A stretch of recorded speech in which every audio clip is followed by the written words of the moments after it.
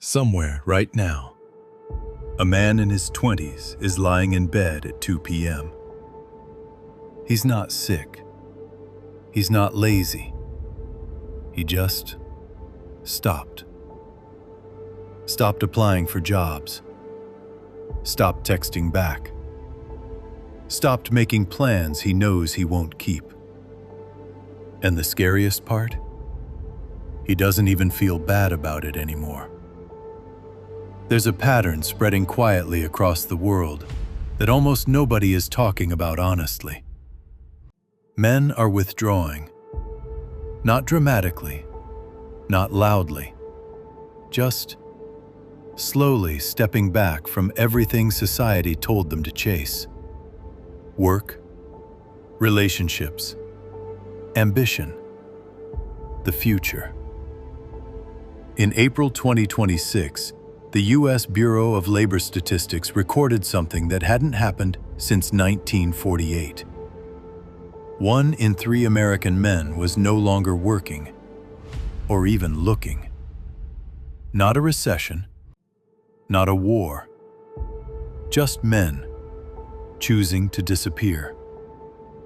In Japan, they have a word for it: hikikomori. People who retreat so completely from the outside world, they can go months without leaving their room. It was once considered a uniquely Japanese phenomenon. It isn't anymore. And here's what makes this uncomfortable. Most of these men aren't failures. They're not broken. Many of them are intelligent, self-aware, capable. They just looked at the game and decided it wasn't worth playing.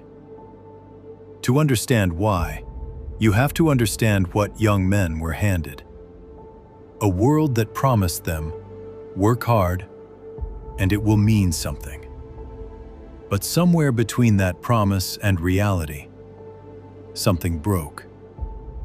The cost of living outpaced the wages. The relationships got harder. The social scripts that once told men who to be and what to do, provider, protector, builder, quietly became things to be mocked. And in the vacuum where purpose used to live, the internet moved in. Because here's what nobody explains clearly enough. The brain doesn't actually care whether a reward is real or simulated. Dopamine doesn't check credentials. When a man gets a kill in a video game, his brain releases the same reward chemical as finishing a real project. When he watches pornography, his brain registers the same signal as genuine intimacy. When an algorithm serves him exactly what he wants to see, his brain marks that as a successful social interaction.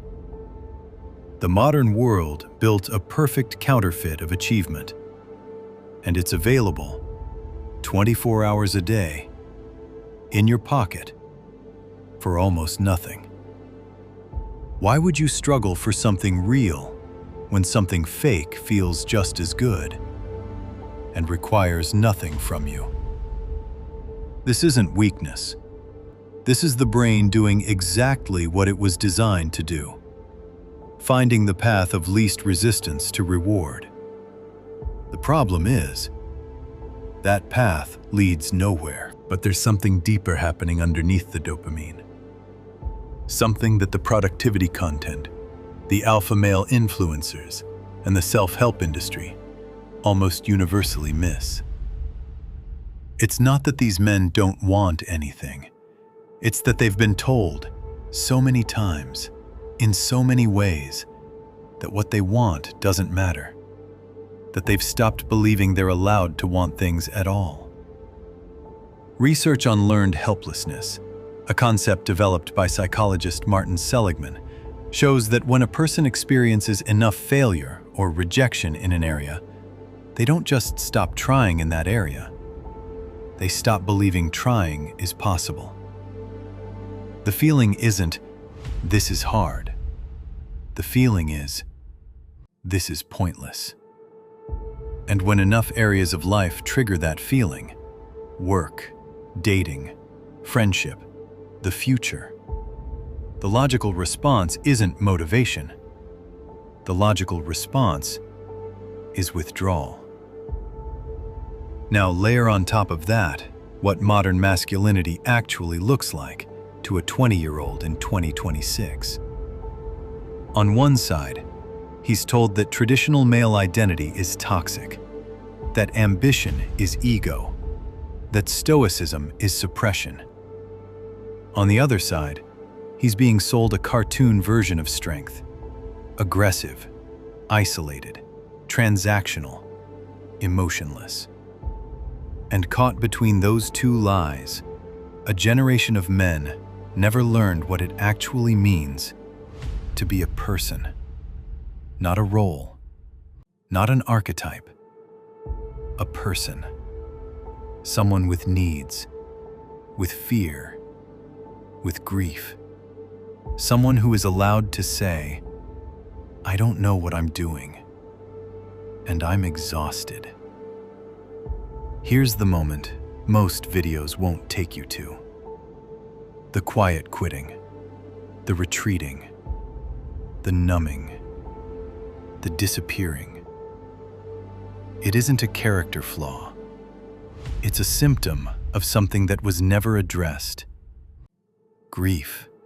These men are grieving something they were never given the language to name.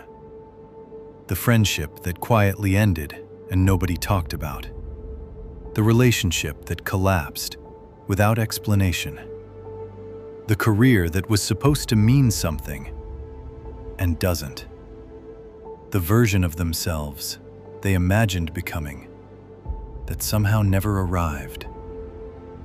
They're not lazy, they're mourning, and nobody taught them how.